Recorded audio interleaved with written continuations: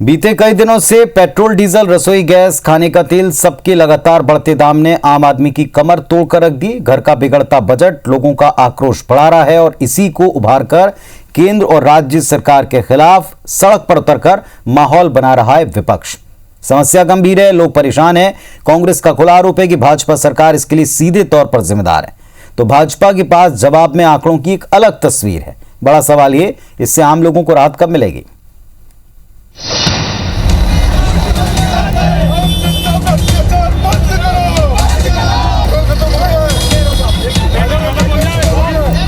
ये तीन तस्वीरें प्रदेश के अलग अलग शहरों की, जहां पेट्रोल डीजल की बढ़ी कीमतों को लेकर कांग्रेस ने जमकर प्रदर्शन किया। प्रदेश के अनूपपुर में सामान्य पेट्रोल 100 रुपए 20 पैसे प्रति लीटर बिक रहा है। बीते 45 दिनों में पेट्रोल डीजल की कीमतें 6 रुपए तक बढ़ गई। 1 जनवरी को पेट्रोल के दाम 91 रुपए 46 पैसे थे, जबकि डीजल 81 रुपए 64 पैसे प्रति लीटर। 47 दिन बाद पेट्रोल के दाम 97 रुपए 50 पैसे और डीजल के दाम 88 रुपए 86 पैसे प्रति लीटर हो गए। यदि एलपीजी सिलेंडर को देखा जाए तो 1 जनवरी को जो सिलेंडर 700 रुपए में मिल रहा था, अब उसकी कीमत 775 रुपए हो गई है। कांग्रेस को उम्मीद है कि महंगाई के मुद्दे पर वो केंद्र और राज्य सरकार के खिलाफ माहौल बना सकती है। इसीलिए पार्टी ने 20 तारीख को प्रदेश बंद का आह्वान किया है और इसी क्रम में लगातार प्रदर्शन हो रहे हैं। ये कहते थे कि हमारी सरकार बनी, मोदी सरकार, तो हम 30-40 रुपए में देंगे डीजल पेट्रोल। आज स्थिति है कि 100 रुपए हो गया, जबकि क्रूड ऑयल इंटरनेशनल $51 है। कुल मिला के अदानी अंबानी को लाभ देने के लिए ये हो रहा है और इसी के माध्यम से मोदी जी पैसा वसूल रहे हैं। इसलिए मोदी वसूली केंद्र हो गया है पेट्रोल पंप। 6 साल में पेट्रोल के रेट में कितना 50% की बढ़ोतरी हुई। 70 रुपए से जाकर के आज 100 रुपए पार हो गया पेट्रोल। इनका नियंत्रण ही नहीं है। दरअसल ये सरकार की तरह चल ही नहीं रही है। इसे तो उद्योगपति चला रहे हैं, बाकी तो सब उद्योगपति के चौकीदार बैठे हैं जो सत्ता में बैठे हैं। वैसे पेट्रोल डीजल पर सबसे ज्यादा वैट मध्य प्रदेश में लगता है। मध्य प्रदेश में डीजल पर 23% वैट, 3 रुपए एडिशनल ड्यूटी के साथ साथ 1% प्रति लीटर सेस और 31 रुपए 83 पैसे एक्साइज ड्यूटी लगती है।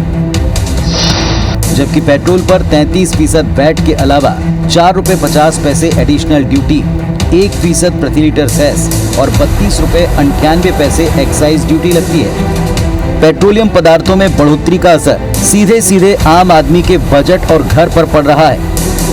जो 2014 में था और अब था 30,000 रुपए का फर्क पड़ गया है। तो 100 से 150 रुपए भाड़ा लगता था, आज की तारीख में 300 से 350 रुपए लग रहा है। पेट्रोल इतना बढ़ गया है कि यहाँ से अगर लोडिंग अनलोडिंग भी करें तो उसमें भी फर्क पड़ता है। बहुत मुश्किल हो रहा है हमारे लिए, तो सर्वाइव करना बहुत मुश्किल हो रहा है। थोड़ा कंट्रोल करके बढ़ाएं। व्यापारी अभी कोरोना से उभरा ही है। 1 महीने पहले 105 रुपए किलो मिलने वाली तुअर दाल अब 120 रुपए प्रति किलो में बिक रही है।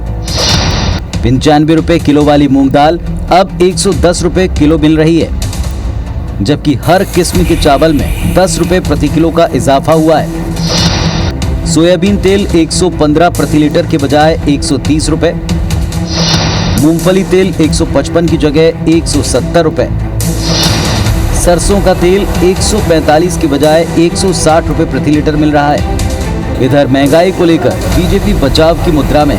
पार्टी नेता कहते हैं कि पेट्रोलियम पदार्थों की कीमत अंतर्राष्ट्रीय बाजार के आधार पर तय होती है। देखिए, ये सब हम लोग जानते हैं कि डीजल पेट्रोल एक अंतर्राष्ट्रीय बाजार के आधार पर चलता है। डीजल पेट्रोल हमारे देश में नहीं होता है, ये पूरे अंतर्राष्ट्रीय बाजारों में अप डाउन आता है, उससे उसका असर उसकी प्राइस पे पड़ता है और ये उसके कारण ही है, इसमें और कोई इसका कारण नहीं। पेट्रोल डीजल की कीमतों का जहाँ तक सवाल है तो वो अंतर्राष्ट्रीय मार्केट से तय होते हैं और उसी आधार पर कीमतें निर्धारित होती हैं। लेकिन प्रदेश सरकार इस मामले में बहुत गंभीर है और इस दिशा में भी विचार चल रहा है कि किसी भी तरह से टैक्स कम किया जाए, जिससे आम आदमी के जेब पे कम असर पड़े। पेट्रोल डीजल है हमारा, ये अंतर्राष्ट्रीय बाजार निर्धारित करता है और इसीलिए कठिनाइयाँ हैं, ये बात सही है। परंतु जो हमारे नियंत्रण में नहीं है, परंतु कोशिश हम लोग कर रहे हैं कि इनको कैसे नियंत्रित किया जाए। किसान आंदोलन के साथ महंगाई का मुद्दा कांग्रेस के लिए सियासी तौर पर संजीवनी बन चुका है। पार्टी को पता है ये दोनों ऐसे मुद्दे हैं जो आम जनता से सीधे जुड़े हैं और इनके जरिए आम आदमी को अपने साथ और केंद्र सरकार के विरोध में खड़ा किया जा सकता है। सुधीर दंडौतिया, IBC 24 भोपाल।